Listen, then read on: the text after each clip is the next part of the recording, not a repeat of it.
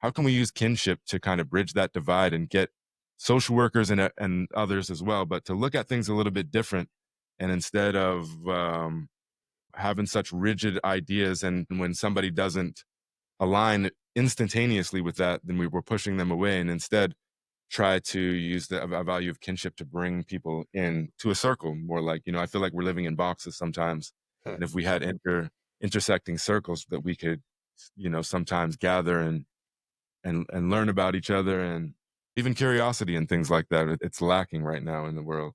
We're using our imagination based on the propaganda that's put out. As you were both talking, I was thinking of like a cultural competency is very it's closed because it's suggesting that there is an end to get to, right? Whereas this kinship, it feels very it's infinite, it's constantly evolving, it's flowing like water, right? It just flows and it changes and it shifts. And I think that's where we need to lean on is developing these ideas and these ways of practicing, especially in social work, where it is this ever flowing, ever evolving, changing landscape rather than we have to get to this end goal or you have to agree with this one point and that this is the point, it stops there, right? Where we're trying to be like, well, okay, so this is the point, let's talk about it, let's expand on it, let's bring this in and bring that in.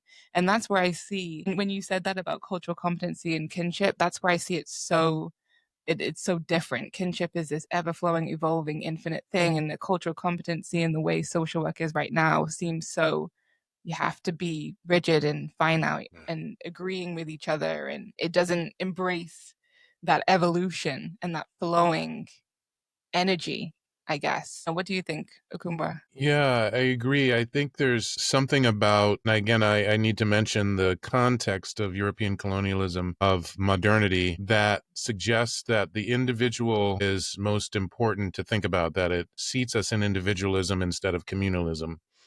So Yeah. our kinship discussions can be guided by how did I relate to you? How did you relate to me? Now, that's important. That's absolutely important.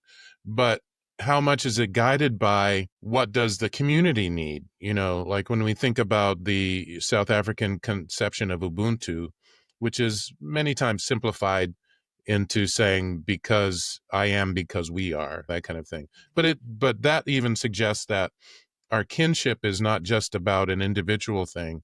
It's about how do we relate to each other? How does the work of social work serve the social order? And do we have a conception of the social order that does not include, like you were saying, about that it includes something that we're working toward?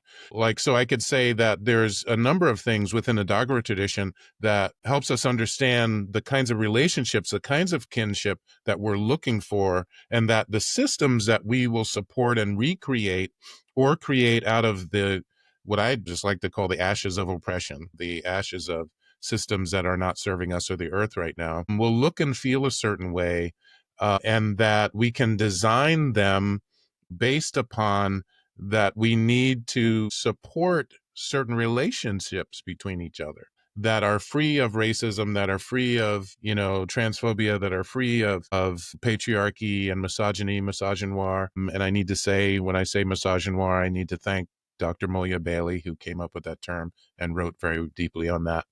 And also, I'm just going to mention Demita Frazier, who's local to me, who was part of the Combahee River Collective, who did a lot of work around intersectionality, feminist intersectionality, and womanism. So that we can have relationships that are guided by those wisdoms, that are guided by these larger conceptions of how we see the world, so that when we create new systems again and recreate and bring forth again the systems that have already been here, and some are not gone, they're not gone, that we can be informed by these ways of relating to each other that should feel a certain way, that should be a certain way, that take into consideration not only an individualist look at things, more a nuclear family concept, but an extended family concept that is also the entryway into community, that says that this is not about a nuclear understanding of each other or an individualist way of understanding each other. We have to look beyond that and into the communal way of seeing each other, so that our relationships can be informed like nature is informed. that tree that we might decide to hug, and that's a good thing. Let's not laugh at people hugging trees, Or true. because they're our partners in respiration. So like we should be super buddies with trees, but that the trees also know about the bears. The trees also know about the insects, and the insects know about the wolves, and so there's this web, and I call it the world wide web of life, that is constantly at play and is metaphorically connected to, again, I might have said it before, the mycelium network that connects all the trees, the roots, and the systems of life and energy that we don't see underneath the earth.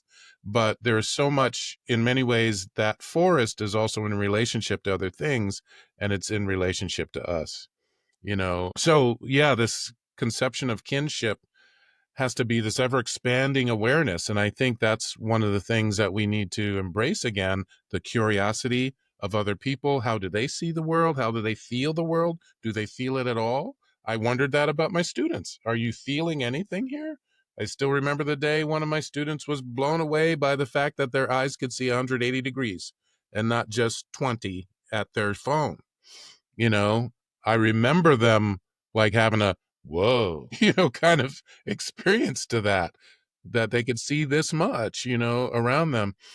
So are we in an ever expanding awareness of ourselves, of our relationships, and our relationships to the earth, and to other people and to the cosmos? There is an unlimited level of depth and breadth to how we are here, and how we can be here better.